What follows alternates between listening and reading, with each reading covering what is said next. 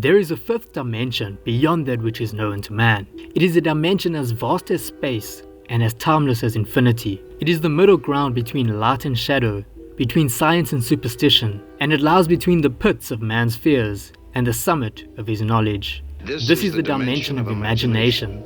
It is an area which we call the Twilight Zone.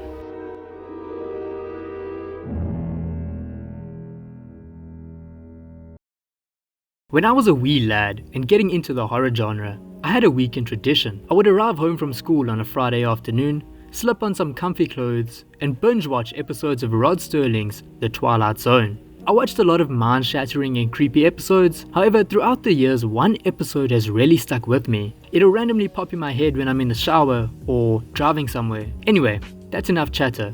Welcome to Rotten Damians. Today we are discussing the scariest episode of The Twilight Zone ever. The episode I speak of is none other than Season 1, Episode 11, titled And When the Sky Was Opened. The episode was written by the Gothic Prince himself, Rod Stirling, and aired in 1959. The episode follows 3 American astronauts who exit the Earth to test an experimental rocket ship. During their flight, they completely disappear from the radar for a few hours. They then suddenly reappear, having crash landed. During the crash landing, God broke his leg, leaving him hospital bound, whilst Clegg and Ed head to the bar to quench their thirst. Wait, what the f is that? That has got to be the worst beer I have ever seen poured. I'm just glad Ed dropped that shit because they seriously need to practice pouring a beer. At the bar, Ed begins feeling weird. He says it feels like he does not belong. So he excuses himself and goes to phone his family for comfort. However, the phone call does not provide him with much comfort. His mother says that she has no son named Ed, and his father threatens him on the basis that this is a prank call. Clegg gets Ed some water, but when he turns around, Ed is no longer there. It is as if he has completely disappeared. Nobody in the bar remembers him, the glass he broke has disappeared, and even the newspaper article has changed, to show that only Gart and Clegg were aboard the ship. Clegg, unsure what to do, goes to confide in Gart. However, he too has no recollection of Ed. I don't know anybody named Harrington. Clegg tries to convince Gart of Ed's existence, but he too begins feeling weird. He calmly exits the medical room, trying to outrun his inevitable disappearance. Gart gets up to attempt to console his frightened friend. However, Clegg is nowhere to be seen. He asks the nurse to locate and help his friend, but the nurse tells him that nobody is screaming in the passages and that he was the sole crew member aboard the ship. Once again, the newspaper clipping changes. We then watch a terrified Gart lay back in bed, awaiting his disappearance. A few moments later, the nurse enters his now completely empty room, and he too has been erased from existence, along with their ship. We are never explicitly told who is responsible for their disappearance.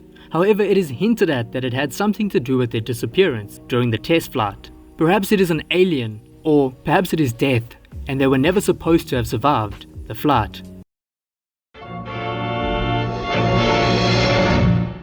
To me, this is the scariest episode of The Twilight Zone ever, because it really makes you think and reflect. If I put myself in God's shoes, I doubt I would have believed Clegg about Ed's existence. Now imagine finding out that it was all true, and you are unable to do anything except wait to be completely removed from existence. You can't say your goodbyes to loved ones because they have no idea who you are. You can't ask someone for help because who would believe you, right? All you can do is await your disappearance.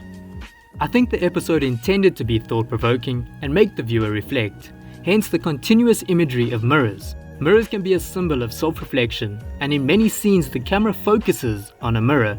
For example, at the beginning of the episode, we get this shot. About 4 hours up, we black out. Then, at the midway point, we get this shot. Leave me alone. Let me suffer in loneliness. This shot surprisingly only has Gart in the mirror, possibly telling us that Ed and Clegg will soon no longer exist. At the end of the episode, we get possibly my favorite shot. Oh no. Oh no! Clegg is staring at himself through the mirror. However, it seems as if he has no reflection, again telling us that his disappearance has begun. Now that we've got all of this covered, I think it's time for you, the viewer, to do some reflecting.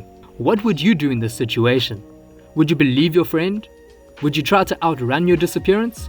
Let me know in the comments down below.